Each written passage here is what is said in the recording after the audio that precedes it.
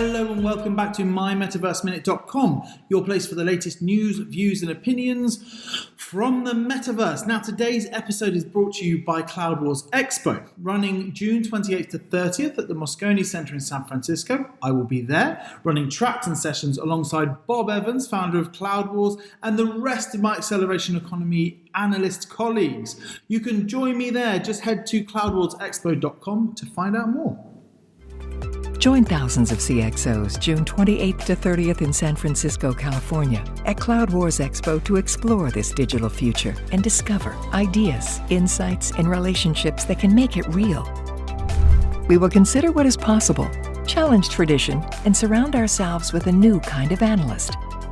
An analyst for the acceleration economy that focuses less on quadrants and waves and more on what really matters. Register today at cloudwarsexpo.com.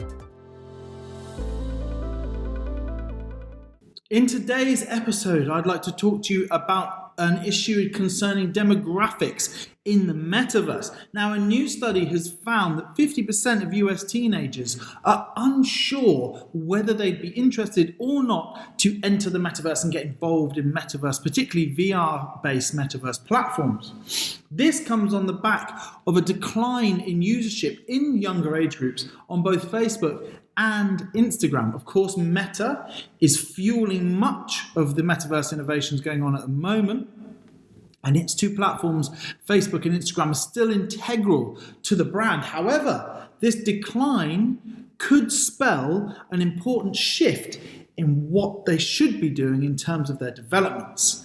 At the moment, TikTok is on the rise. While Facebook and Instagram are dropping, usership with teens on TikTok is exploding. The platform is getting more and more usage day by day, and they're doing incredibly well. What this says to me is that we can very much expect the old guard, I'm talking Meta, I'm talking Microsoft, I'm talking some of the other large organizations that have invested in the metaverse, to do much of the same thing.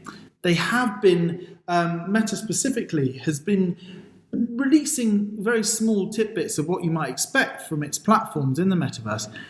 And although it's not exactly like Facebook, it is essentially carrying on using technology and using methods that have been done before. It's a continuation of these companies' existing offerings. But I think perhaps instead, users are looking for something a little bit more reactive. So younger users, teenage users, if you really want to target that market, because they're going to be a huge player within the metaverse once it eventually launches on a global scale. If you want to target that market, you need to be less arrogant and you need to look at what the consumer actually wants. It's fundamental in any business strategy, but you really need to think about the consumer here. And I don't think that the old guard really are.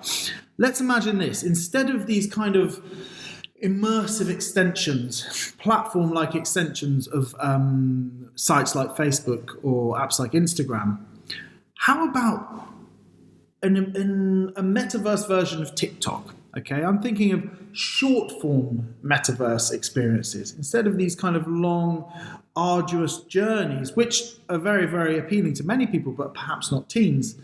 Maybe users should be trying to introduce teens into the metaverse. Maybe developers should try and introduce teens into the metaverse by giving them essentially a metaverse version of scrolling through content. Perhaps there could be different rooms. Users could enter it. Users could flick through or wander through the metaverse and immerse themselves momentarily in different rooms to see different things. Maybe there might be some music playing in one place. Maybe there may be some video content in another place. But perhaps that's the direction that you should be going in if you want to encourage teens to use your metaverse platforms and not just sticking with what you already know, which clearly, for the teen demographic anyway in the US, isn't really working. Until next time, stay tuned and stay curious.